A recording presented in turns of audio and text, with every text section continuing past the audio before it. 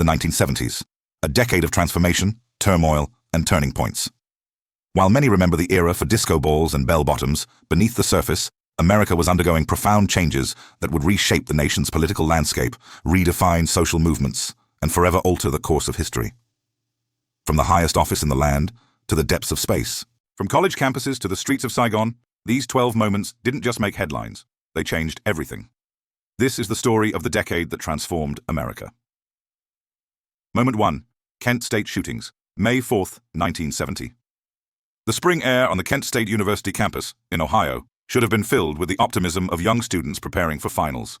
Instead, it would be pierced by the sound of gunfire that would echo through American history.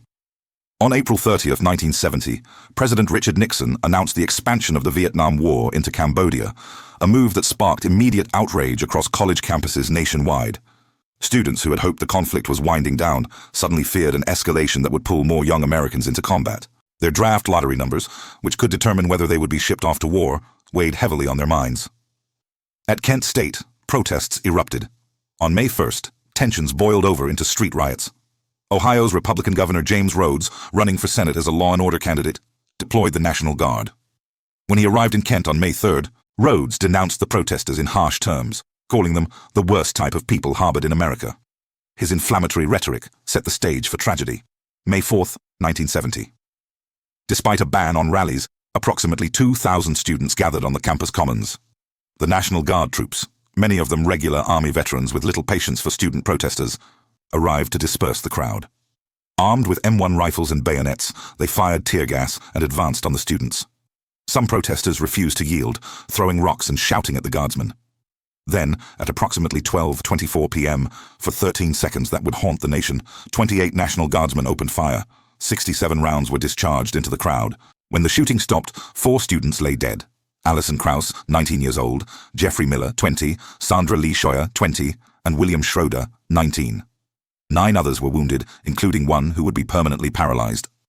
The photographs of that day, particularly the iconic image of a young woman kneeling over Jeffrey Miller's body, became symbols of a nation divided. The shootings triggered a nationwide student strike that forced hundreds of colleges and universities to close.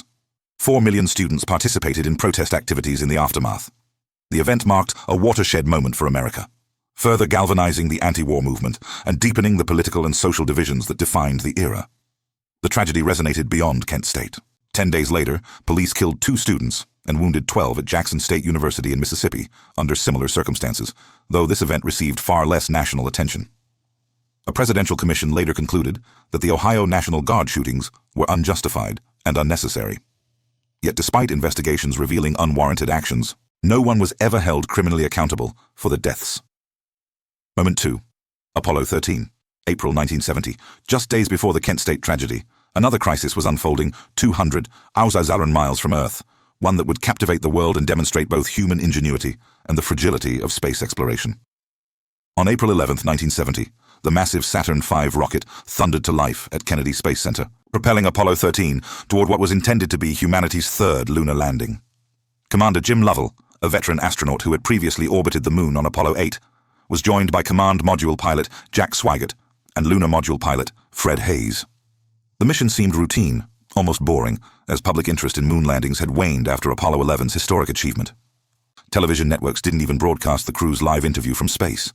But at 9:08 p.m. on April 13, 1970, after Swigert performed a routine stir of the spacecraft's oxygen tanks, a loud explosion rocked Apollo 13.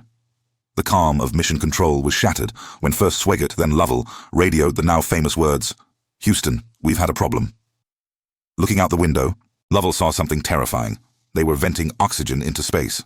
An explosion in oxygen tank number 2 had also damaged tank number 1, threatening the complete loss of electrical power, water, and most critically, breathable air. The lunar landing was immediately scrubbed. Now the mission had only one objective: bring the astronauts home alive. What followed was one of the most remarkable rescue operations in history. The crew abandoned the command module Odyssey and moved into the lunar module Aquarius, which became their lifeboat. Designed for 2 astronauts for a short lunar surface stay, Aquarius now had to support 3 men for 4 days on a journey around the moon and back to Earth. The challenges were immense. Power consumption had to be reduced to near nothing. Water rations became critically low. But perhaps the most pressing danger was carbon dioxide buildup. The lithium hydroxide canisters, designed to scrub CO2 from the spacecraft, were incompatible between the command and lunar modules. The square canisters from Odyssey wouldn't fit the round openings in Aquarius. Engineers at Mission Control, working against the clock, devised an ingenious solution using only materials available on the spacecraft: plastic bags, cardboard, duct tape, and a spacesuit hose.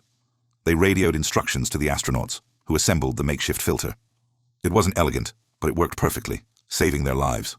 Soviet Premier Alexei Kosygin offered assistance, ordering Soviet citizens and military forces to use all necessary means to help rescue the American astronauts. Soviet ships moved toward the planned recovery area, as did French and British warships. The world watched and waited together. On April 17, 1970, Apollo 13's command module, powered up after days of cold sleep, separated from the service module. Photographs revealed the extent of the damage. An entire panel blown off, exposing mangled systems. The crew then jettisoned Aquarius, their faithful lifeboat that had kept them alive. At 1:07 p.m. Eastern Time, Odyssey splashed down safely in the Pacific Ocean. Upwards of 40 million Americans watched the splashdown live. President Nixon awarded the crew and the mission operations team the Presidential Medal of Freedom. NASA termed Apollo 13 a successful failure, a mission that, while failing to reach its objective, demonstrated extraordinary problem-solving, teamwork, and resilience. The lessons learned led to critical design changes. Future spacecraft would carry additional batteries and a third reserve oxygen tank. No such incident would occur again in the Apollo program. Moment 3. The environmental movement and the first Earth Day, April 22, 1970. While Americans held their breath for Apollo 13's safe return, another historic event was taking shape on Earth itself, one that would fundamentally change how the nation viewed its relationship with the natural world. On April 22, 1970, approximately 20 million Americans participated in the first Earth Day, the largest organized demonstration in U.S. history up to that point. Rallies, marches, and educational programs took place across the country as students from thousands of colleges and universities, along with citizens from all walks of life, gathered to raise awareness about environmental problems. The event emerged from growing public concern about pollution, ecological damage, and unchecked industrial growth. Rivers were catching fire, smog choked cities, and pesticides were devastating wildlife populations. Rachel Carson's 1962 book, Silent Spring, had awakened many Americans to the dangers of environmental degradation. But it was Earth Day 1970 that transformed environmental awareness into a mass movement. The timing was deliberate. Organizers chose a day between spring break and final exams to maximize student participation. The teach-ins, demonstrations, and community cleanups marked a fundamental shift in American consciousness. Environmental protection was no longer a fringe concern, but a mainstream political issue that crossed party lines. The impact was immediate and profound. Just months before Earth Day, on December 2, 1970, President Nixon established the Environmental Protection Agency, giving the federal government new powers to regulate pollution and protect natural resources. Congress passed landmark legislation, including the Clean Air Act, the Clean Water Act, and the Endangered Species Act. These laws fundamentally changed how America approached industrial development, creating regulatory frameworks that, despite ongoing political battles, remain cornerstones of environmental policy today. Earth Day also heralded what many historians call the beginning of the modern environmental movement. It demonstrated that environmental issues could mobilize millions of people and that public pressure could drive significant policy changes. The movement would evolve over subsequent decades, addressing issues from climate change to renewable energy, but its roots trace back to that spring day in 1970 when Americans came together to declare that protecting the planet was not just necessary, it was urgent. Moment 4. Roe v. Wade, January 22, 1973. Few Supreme Court decisions in American history have proven as controversial and consequential as the one announced on January 22, 1973. Roe v. Wade would transform American politics, galvanize social movements on both sides, and remain a focal point of national debate for nearly 5 decades. The case originated in Texas, where Norma McCorvey, using the alias Jane Roe, challenged the state's abortion ban with the help of attorneys Linda Coffey and Sarah Weddington. Texas law at the time permitted abortion only when necessary to save the mother's life. McCorvey, pregnant with her 3rd child and unable to obtain a legal abortion, became the plaintiff in a case that would reach the nation's highest court. The Supreme Court's decision was not close. In a 7-2 ruling, the court held that the Due Process Clause of the 14th Amendment, which protects liberty without due process of law, implies a fundamental right to privacy. This right, the majority concluded, was broad enough to encompass a woman's decision whether to terminate her pregnancy. Justice Harry Blackmun, writing for the majority, established a trimester framework for regulating abortion. During the first trimester, the decision was left to the woman and her physician. In the second trimester, states could regulate abortion to protect maternal health. Only in the third trimester, when the fetus became viable outside the womb, could states prohibit abortion except when necessary to preserve the life or health of the mother. The decision struck down abortion laws in at least 31 states and fundamentally altered the landscape of reproductive rights in America. Supporters hailed it as a landmark victory for women's autonomy and bodily rights. The ruling meant that women across the country had access to legal, safer abortion care, ending the era when countless women died or suffered serious injuries from illegal, unsafe procedures. But the opposition was immediate and intense. The Catholic Church condemned the ruling. Within months, organizations formed on both sides: the National Abortion Rights Action League to defend the decision, and the National Right to Life Committee to oppose it. What began as a legal decision quickly became a defining political and cultural divide. The decision reshaped American politics in ways that extended far beyond abortion itself. It became a litmus test for judicial appointments, influenced presidential elections, and helped solidify the political realignment that saw many religious conservatives shift to the Republican Party. Every January 22nd, opponents of abortion would march up Constitution Avenue to the Supreme Court building in the March for Life, with attendance eventually reaching hundreds of thousands. Legal scholars have debated Roe's constitutional foundation for decades. Critics, including the dissenting justices, argued that the Constitution is silent on abortion and that such decisions should be made by state legislatures rather than imposed by judicial decree. Supporters countered that the right to privacy is fundamental and that without Roe's protections, women's equality and autonomy would be severely compromised. The trimester framework proved less workable than the majority hoped. Subsequent decisions, particularly Planned Parenthood versus Casey in 1992, modified the standard while maintaining Roe's core principle. For nearly 50 years, through shifting court compositions and evolving political landscapes, Roe remained the law of the land. Its eventual overturn in Dobbs versus Jackson Women's Health Organization in 2022 would send shockwaves through American society. But in 1973, Roe v. Wade represented a moment when the Supreme Court declared that the decision to continue or end a pregnancy belonged to the individual, not the government. Moment 5. The Watergate Scandal and Nixon's Resignation. 1972-1974. If one event defines the political crisis of the 1970s, it is Watergate. What began as a seemingly minor break-in would culminate in the only resignation of a U.S. president in history, fundamentally altering Americans' trust in their government and creating a legacy of political cynicism that persists to this day. In the early morning hours of June 17, 1972, a security guard named Frank Wills noticed something unusual at the Watergate office apartment hotel complex in Washington, D.C. A door had been suspiciously taped open. His alert led police to discover 5 burglars inside the Democratic National Committee headquarters. The men were carrying more than $3,500 in cash and sophisticated surveillance equipment. One of them was James W. McCord, Jr., the security chief of President Nixon's Committee to Re-elect the President, mockingly known as CREEP.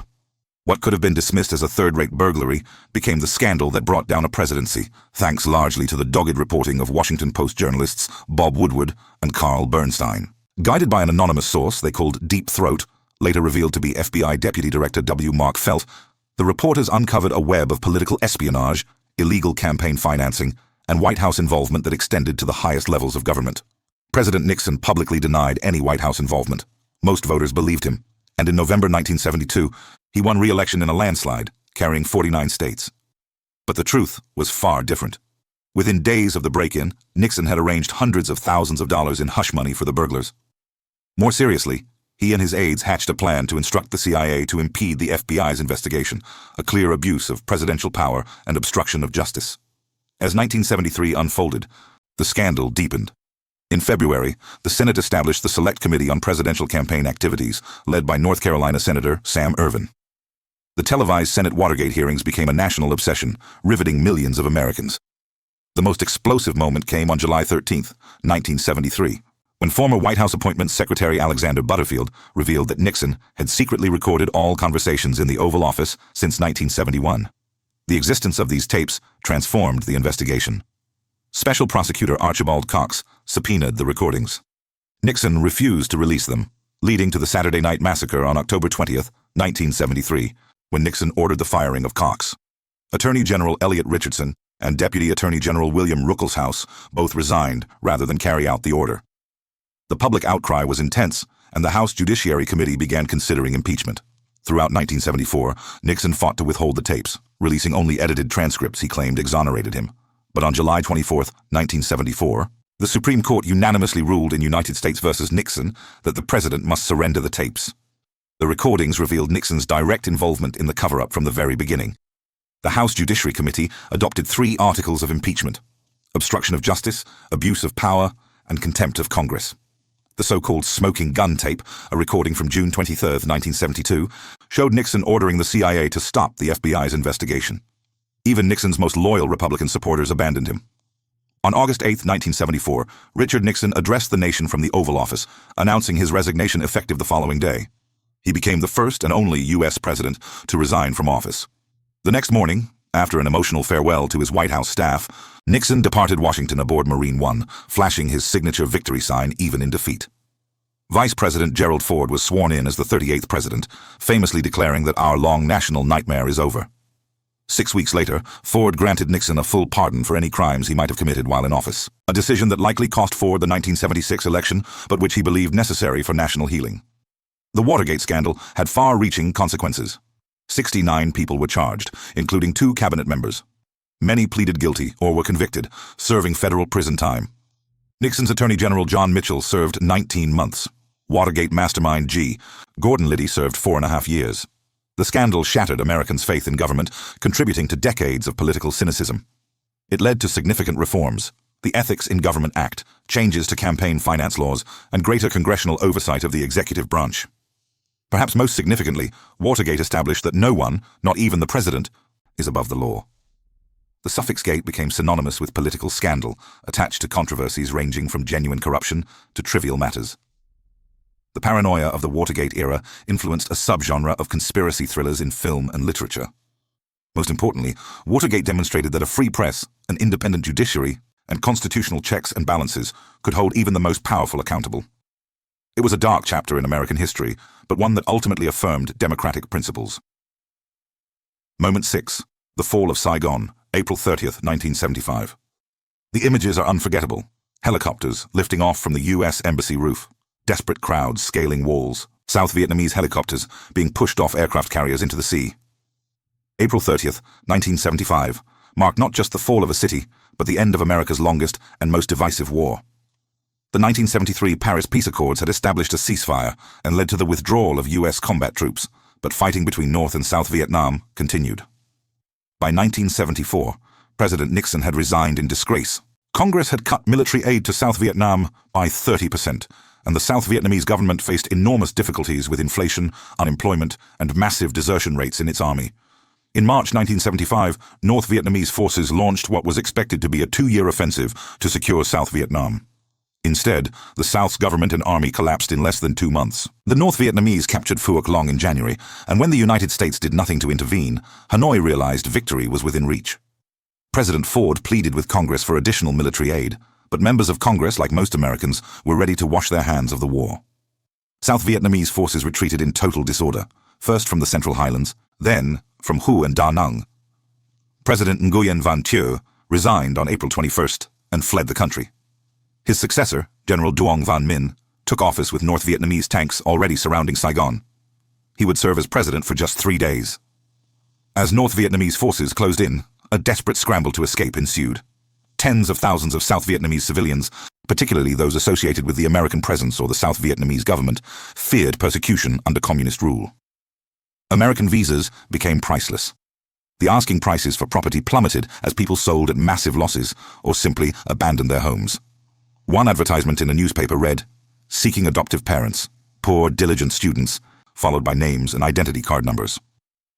On April 29, 1975, North Vietnamese forces shelled Saigon's Tan Son Nut Air Base. Ambassador Graham Martin ordered the final evacuation. As a signal to Americans that the evacuation had begun, Armed Forces Radio started playing White Christmas on repeat, a surreal soundtrack to the end of a war. With sea lanes blocked and the airport under attack, only helicopters could evacuate people. Ambassador Martin insisted on evacuating not just Americans, but also South Vietnamese government officials and embassy staff. 10,000 South Vietnamese waited desperately at the embassy gates. Operation Frequent Wind became the largest helicopter evacuation in history.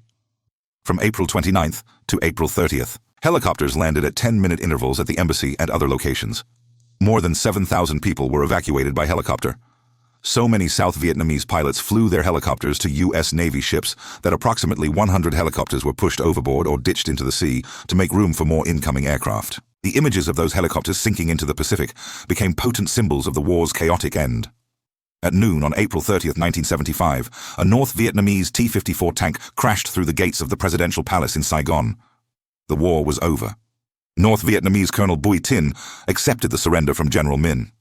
Tin's words to Minh were both conciliatory and pointed. "You have nothing to fear. Between Vietnamese, there are no victors and no vanquished. Only the Americans have been beaten." The fall of Saigon marked the end of the Vietnam War, which had cost the lives of approximately 58,000 Americans and an estimated 2 million Vietnamese, both military and civilian, North and South. On July 2, 1976, Vietnam was formally reunified as the Socialist Republic of Vietnam. Saigon was renamed Ho Chi Minh City in honor of the late communist leader. The fall of Saigon had profound effects on American society and politics. It represented a humiliating defeat for American military power and foreign policy. The images of the chaotic evacuation became seared into the national consciousness, influencing debates about military intervention for decades. Hundreds of thousands of Vietnamese, Cambodians, and other Southeast Asians became refugees, many fleeing by sea in dangerous journeys that earned them the name Boat People. Approximately 120,000 South Vietnamese and Cambodians were evacuated by the United States, with many more escaping on their own. These refugees would eventually settle in communities across America, particularly in California, Texas, and other states, creating vibrant Vietnamese-American communities that enriched American culture. The fall of Saigon also contributed to what became known as the Vietnam Syndrome, a reluctance to commit American military forces abroad and a skepticism about the government's justifications for war. This syndrome would influence American foreign policy decisions for years, from Lebanon to the Persian Gulf. The war's end marked a moment of profound reckoning for America about the limits of its power, the costs of intervention, and the lessons of a conflict that had divided the nation for more than a decade. Moment 7. The energy crisis and oil embargo, 1973-1974. Americans were used to cheap, abundant gasoline. In 1973, that changed overnight, creating not just an economic crisis, but a fundamental shift in how Americans thought about energy, the environment, and America's place in the global order. The crisis began on October 17, 1973, when members of the Organization of Arab Petroleum Exporting Countries proclaimed an oil embargo against nations supporting Israel in the Yom Kippur War, particularly the United States and the Netherlands. The embargo would last until March 1974, but its effects reverberated far longer. Oil prices quadrupled from $3 per barrel to nearly $12. Gas stations across America ran dry. Long lines of cars, sometimes stretching for blocks, became a common sight as Americans waited hours to fill their tanks. Some states implemented odd-even rationing based on license plate numbers. Fistfights broke out at gas pumps. Speed limits were reduced to 55 miles per hour to conserve fuel. The crisis exposed America's dangerous dependence on foreign oil and the vulnerability of an economy built on cheap energy. The economic impact was severe. The oil shock contributed to stagflation, a toxic combination of stagnant economic growth and high inflation that defied conventional economic wisdom.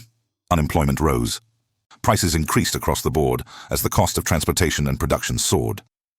The American auto industry, dominated by gas-guzzling vehicles, faced unprecedented competition from fuel-efficient Japanese cars. The crisis marked the beginning of Detroit's long decline and Japan's rise as an automotive superpower. But the energy crisis also sparked innovation and policy changes. President Nixon launched Project Independence, aiming to make America energy independent by 1980. While that goal proved unrealistic, it led to increased domestic oil production, the creation of the Strategic Petroleum Reserve, and investment in alternative energy sources. Congress created the Department of Energy in 1977. Fuel efficiency standards for vehicles were established. Americans began to think seriously about conservation, insulation, and renewable energy. The crisis also influenced American architecture and urban planning. Energy-efficient building designs became priorities. The solar energy movement gained momentum. Americans started questioning the sustainability of suburban sprawl built on the assumption of cheap gasoline. Thermostat settings became a matter of national policy. President Carter famously wore a cardigan in the White House and urged Americans to turn down their heat. Perhaps most significantly, the energy crisis demonstrated that American prosperity and security were tied to global political dynamics beyond the nation's direct control. The era of American energy independence and isolation was over. OPEC's ability to weaponize oil supply made clear that Middle Eastern politics mattered to American consumers. This realization would shape U.S. foreign policy for decades, contributing to greater military involvement in the Middle East and complex diplomatic relationships with oil-producing nations. The 1970s energy crisis was a wake-up call that cheap energy couldn't be taken for granted, and that America's consumption patterns had real limits and consequences.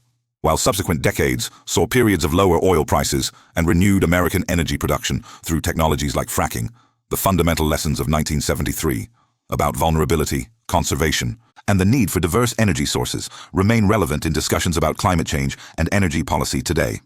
Archer Moment 8. The founding of Apple Computer. April 1, 1976. In a garage in Los Altos, California, 3 young men signed a partnership agreement that would help usher in the personal computer revolution and transform not just technology, but the entire global economy. On April 1, 1976, Steve Jobs, Steve Wozniak, and Ronald Wayne founded Apple Computer Company with an initial investment of $300. The personal computer industry barely existed in 1976. Computers were massive, expensive machines used by corporations, universities, and government agencies. The idea that ordinary people would want or need computers in their homes seemed far-fetched to most observers. But to a community of hobbyists and visionaries in Silicon Valley, personal computing represented the future. Steve Wozniak, a brilliant engineer at Hewlett-Packard, had built a computer for his own enjoyment. His friend Steve Jobs, seeing commercial potential, convinced Wozniak to start a company to sell the machine. Their first product, the Apple I, was essentially a circuit board that users had to connect to their own keyboards and monitors. Jobs sold it to the Homebrew Computer Club and local electronics stores for $666. 66. About 200 were produced, mostly hand-assembled in Jobs' garage and his parents' home.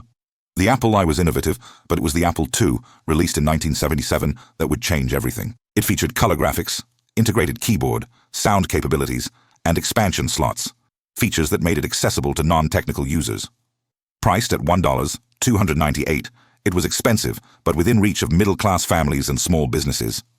The Apple II became one of the first highly successful mass-produced personal computers, launching the personal computer industry into the mainstream. Apple's founding in 1976 represented more than just a new company. It symbolized a shift in how technology development happened. Rather than being driven by large corporations or government programs, innovation was emerging from garages, dorm rooms, and small startups. The counterculture ethos of the 1960s was merging with technical expertise to create a new vision.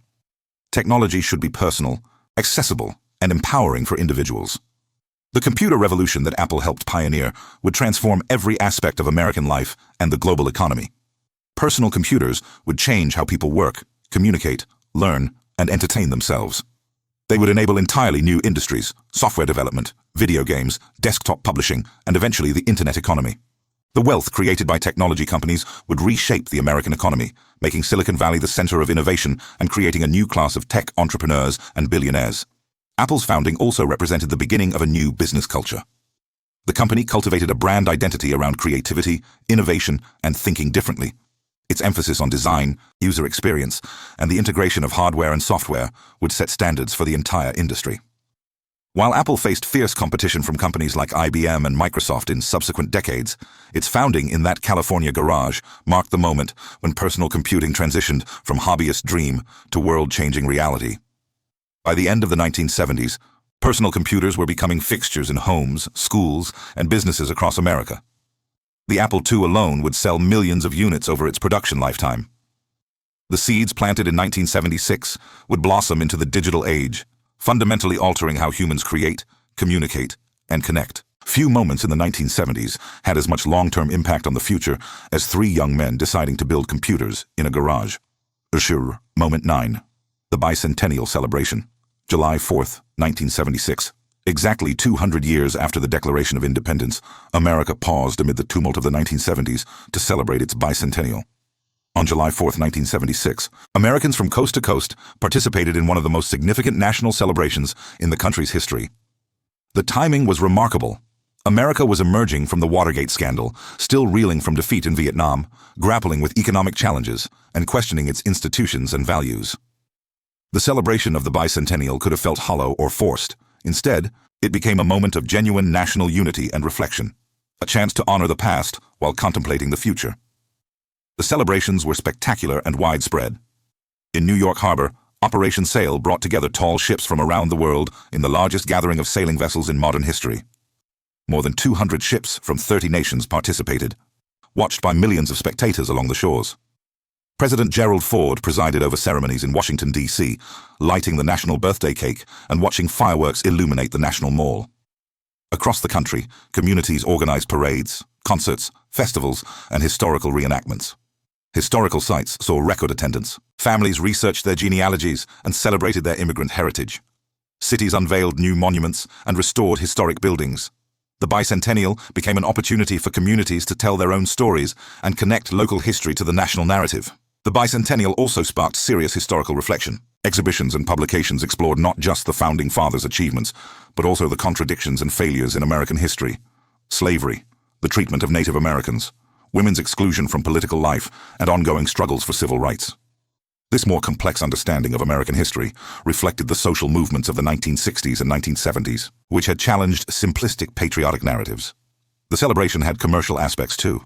Bicentennial-themed merchandise flooded stores. Companies created special products and promotions. The U.S. Mint produced bicentennial quarters, half dollars, and dollar coins featuring special designs.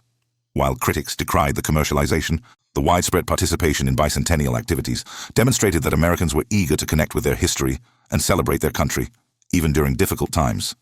The bicentennial significance extended beyond the immediate celebration. It marked a moment when Americans, despite profound divisions and challenges, could come together in recognition of shared history and values. In the aftermath of Watergate and Vietnam, the bicentennial provided an opportunity to reaffirm democratic principles and constitutional government. It reminded Americans that the country had weathered crises before and survived. For many observers, the bicentennial also represented a turning point, a moment to take stock of 200 years of history and contemplate the next 200. The celebration prompted questions about America's future. Could the country overcome its divisions? Would it live up to its founding ideals? What kind of nation would it become? These questions, posed in 1976, remain relevant today. The bicentennial celebration demonstrated that even in times of national crisis and self-doubt, Americans could find reasons for pride and hope. It was a reminder that American identity was built not just on present circumstances, but on a long history of struggle, progress, setbacks, and renewal. For a nation that had been questioning itself throughout the tumultuous 1970s, the bicentennial provided a moment to remember that the American experiment, for all its flaws, was worth celebrating and preserving. Moment 10. The rise of punk rock and disco. The 1970s saw music fracture into dramatically different directions, reflecting the decade's social divisions while also creating new forms of cultural expression that would influence generations. Two genres, punk rock and disco, emerged as defining sounds of the era, each representing different responses to the times. Punk rock exploded in the mid-1970s as a raw, aggressive rejection of mainstream rock's perceived bloat and commercialism. Bands like the Ramones in New York and the Sex Pistols in London stripped rock music down to its essentials: simple chord progressions, fast tempos, and confrontational lyrics. Punk was deliberately anti-establishment, anti-commercial, and anti-pretentious. It was music that anyone could play, and created in small clubs and dingy venues, often by musicians with minimal technical training. The punk ethos extended beyond music. It influenced fashion with its safety pins, torn clothing, and deliberately provocative style. It created alternative media through independent record labels and DIY zines. Punk represented youth alienation and rebellion, a generation's response to economic stagnation, political corruption, and a sense that the idealism of the 1960s had failed. Punk's influence would extend far beyond the 1970s, shaping alternative rock, indie music, and youth culture for decades. Meanwhile, disco emerged from urban dance clubs, particularly gay and African-American communities in cities like New York and Philadelphia. Disco's four-on-the-floor beat, orchestral arrangements, and emphasis on dancing created a soundtrack for liberation and celebration. Clubs like Studio 54 became legendary, where celebrities, artists, and ordinary people mixed on the dance floor. Disco represented escapism, hedonism, and a rejection of the decade's seriousness. The disco movement had profound cultural significance. It provided space for LGBTQ communities to express themselves during a time when homosexuality was still criminalized in many places and heavily stigmatized. Disco's emphasis on pleasure and liberation challenged conservative social norms. Artists like Donna Summer, Gloria Gaynor, and the Bee Gees became superstars, while the soundtrack to Saturday Night Fever became one of the best-selling albums of all time. But disco also sparked backlash. The Disco Demolition Night event at Comiskey Park in Chicago on July 12, 1979, where thousands of disco records were blown up during a baseball game doubleheader, symbolized resistance to disco's dominance. Some of this backlash had undertones of racism and homophobia, as disco was closely associated with African American and gay culture. By the early 1980s, disco's mainstream popularity had collapsed, though its influence on dance music, pop, and electronic music persisted. Both punk and disco, despite their radical differences, represented rebellion against the status quo. Punk rebelled through aggression and rejection, disco through celebration and liberation. Together they demonstrated the decade's cultural fragmentation and the emergence of multiple youth cultures, each with its own values, aesthetics, and communities. The 1970s music scene showed that there was no longer a single youth culture or dominant sound. Instead, Americans could choose from an expanding array of musical identities, reflecting the broader diversification of American culture. Moment 11. The Iran hostage crisis begins, November 4th, 1979. As the 1970s drew to a close, a crisis erupted that would dominate the final year of the decade and profoundly influence American politics and foreign policy for generations. On November 4th, 1979, Iranian students stormed the U.S. Embassy in Tehran, taking 66 Americans hostage in an act that would hold the nation captive for 444 days. The roots of the crisis stretched back decades. In 1953, the CIA had helped orchestrate a coup that overthrew Iran's democratically elected Prime Minister Mohammad Mossadegh and consolidated power under Shah Mohammad Reza Pahlavi. The Shah ruled as an autocratic monarch, modernizing Iran, but also brutally suppressing dissent through his secret police, Savak. The United States supported the Shah as a Cold War ally and a source of oil, but many Iranians resented both the Shah's authoritarianism and American interference in their country.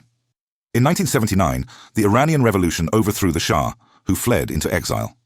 Ayatollah Ruhollah Khomeini, a Shiite cleric who had been exiled for opposing the Shah, returned to Iran and established an Islamic republic.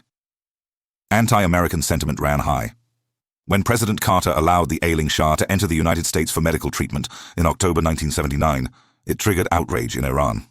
On November 4th, approximately 500 Iranian students calling themselves the Muslim student followers of the Imam's line seized the U.S. Embassy. They demanded the Shah's return to Iran to stand trial for crimes against the Iranian people. They also sought the return of the Shah's wealth and an American apology for decades of interference in Iranian affairs. Initially, the students claimed they would occupy the embassy for only a few days. Instead, the standoff would last over a year. 52 American diplomats and citizens remained in captivity. They were blindfolded, paraded before cameras, subjected to mock executions, and held in conditions that violated every norm of diplomatic immunity. The crisis became a nightly obsession for Americans. ABC News launched a program called The Iran Crisis, America Held Hostage, which eventually became Nightline. Each evening, newscaster Ted Koppel would announce how many days the hostages had been held, and Walter Cronkite would end the CBS Evening News with a similar countdown. President Carter faced an impossible situation. Diplomatic negotiations went nowhere. Economic sanctions proved ineffective. Military options were limited and risky. In April 1980, Carter authorized a rescue mission called Operation Eagle Claw. The mission was a disaster. Helicopters malfunctioned in the Iranian desert. In the chaos of the mission's abort, a helicopter crashed into a transport aircraft, killing 8 American servicemen. The failed rescue attempt humiliated the United States and seemed to symbolize American impotence. The hostage crisis had enormous political consequences.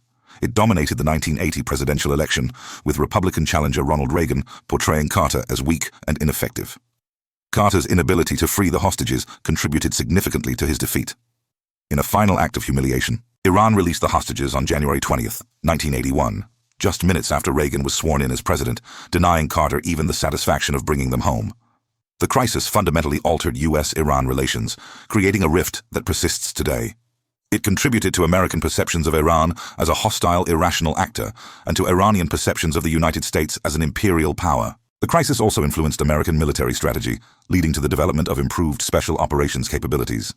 The Delta Force and other elite units were expanded and better equipped, ensuring that future rescue operations would not fail for lack of resources. For Americans, the hostage crisis represented a humiliating end to a difficult decade. After Vietnam, Watergate, and economic troubles, the sight of blindfolded Americans held captive by revolutionary students seemed to confirm that American power was in decline. The crisis contributed to a national desire for renewal and strength. helping to elect Reagan and usher in a new era of conservative politics and more assertive foreign policy. Moment 12. 3 Mile Island nuclear accident. March 28, 1979. On March 28, 1979, at 4:00 a.m., a minor malfunction in the secondary cooling system at the 3 Mile Island nuclear power plant near Harrisburg, Pennsylvania, triggered a sequence of events that would result in the worst nuclear accident in U.S. history and fundamentally change America's relationship with nuclear energy. What began as a relatively minor issue quickly escalated due to equipment failures and operator errors. A relief valve stuck open, allowing coolant to drain from the reactor core. Instruments gave contradictory readings. Operators, inadequately trained for such emergencies, made decisions that worsened the situation. Within hours, roughly half of the reactor core had melted. The initial public announcements downplayed the severity of the accident. Metropolitan Edison, the plant's operator, claimed there was no danger to public health or safety. But as conflicting reports emerged and radiation readings fluctuated, panic began to spread.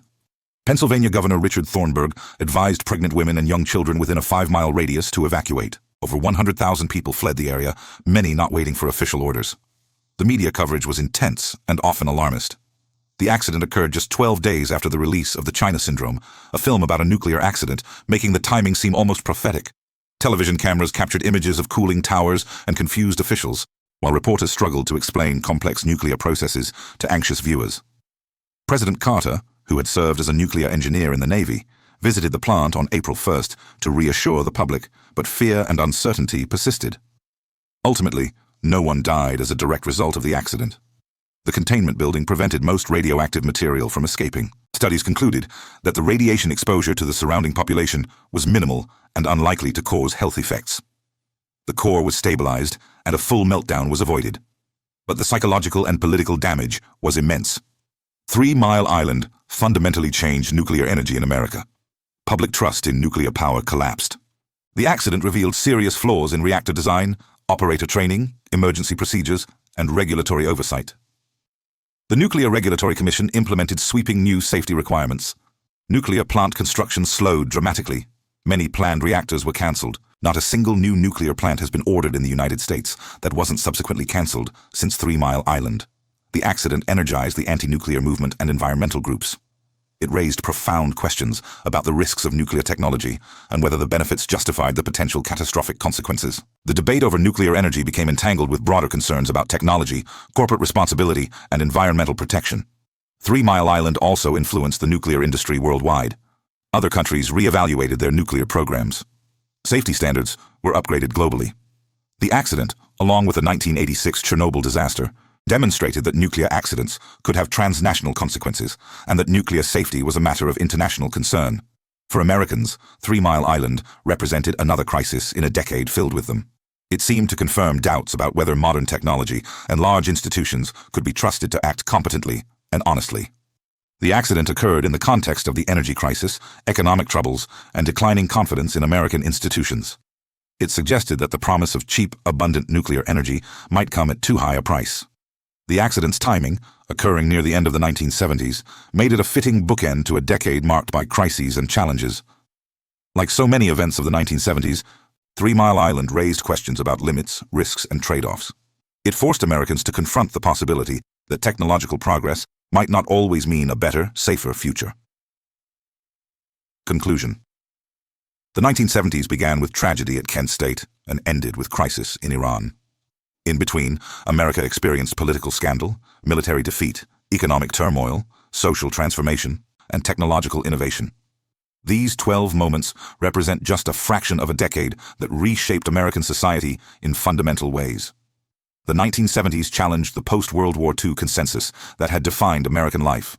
Faith in government, corporate institutions, and traditional authorities eroded. The Vietnam War and Watergate created lasting cynicism about official pronouncements. The energy crisis exposed economic vulnerabilities. Environmental disasters like 3 Mile Island raised questions about technological progress. Yet the decade also saw remarkable achievements and progress. The environmental movement established protections that cleaned the air and water.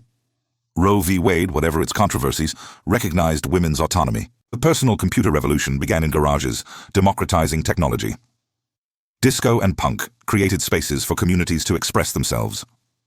The bicentennial demonstrated that Americans could still celebrate shared values even amid division. The The 1970s were a time of transition, from the optimism and consensus of the post-war era to the political polarization and economic restructuring that would define the late 20th century. The social movements of the 1960s achieved institutional victories in the 1970s, but also sparked backlash that would fuel conservative politics for decades. The economic troubles of the 1970s led to the rejection of Keynesian economics and the rise of free market ideology in the 1980s.